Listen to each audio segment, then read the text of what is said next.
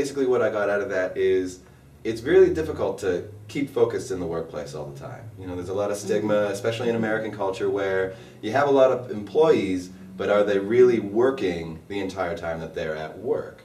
So could you go into a little bit about what you're talking about in the article? Sure, yeah. I mean, I think there's one thing, showing up is showing up, and, you know, but actually engaging is a different thing. I think, you know, you can be at your job and get there and punch the clock if that's what you do and sit down and do your work all day, or you can get there and think, wow, I love this job, I love what I'm doing, I feel involved in what's going on, and I'm part of this, you know, I'm part of the success, I'm part of what the company's, you know, goals are.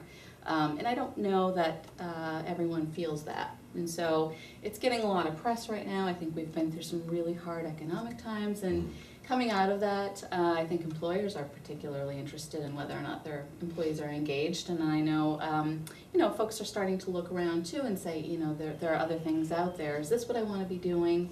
And are there other things I could be doing that I'd be more engaged in? And so I think it goes both ways, but I think it's getting a lot of press in all directions. So what are some tips you might suggest to someone who's having a hard time staying engaged? Well, I mean, I think for the person actually staying engaged, they need to find meaning in the role that they're in. There might be a connection that you need to know more about what the company does, what your role means to the overall success of the company, and if you don't know what that is, ask for it.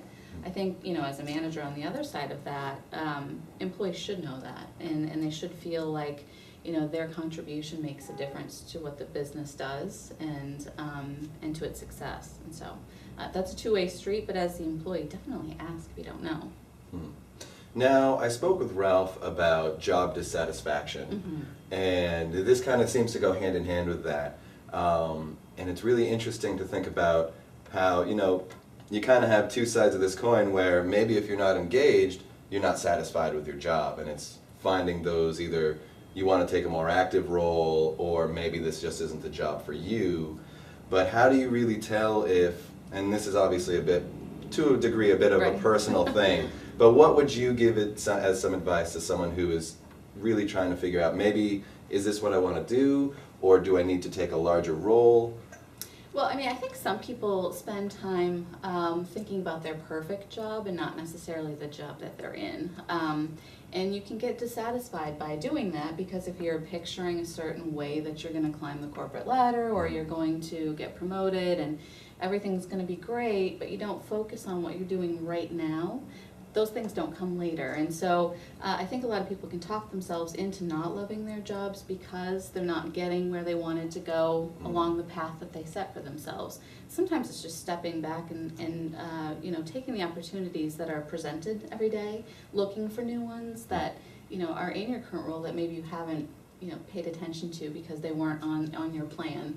And I think sometimes that, you know, along the way for me has been, I just need to stop and open my eyes at some point and say, hey, this is a little bit different than maybe what I had planned for myself, but maybe will be better.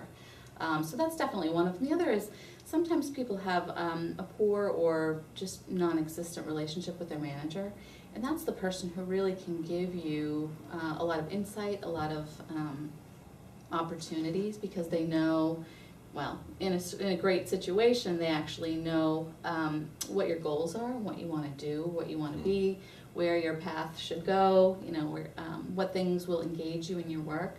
If you don't have that relationship, they don't know that, and they can't expose you to more things that, you know, they probably have a level of information that you don't have, and so tapping into that's hugely important. Awesome.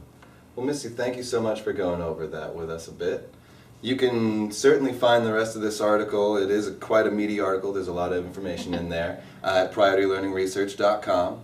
Misty, thanks again. Thanks, Mike.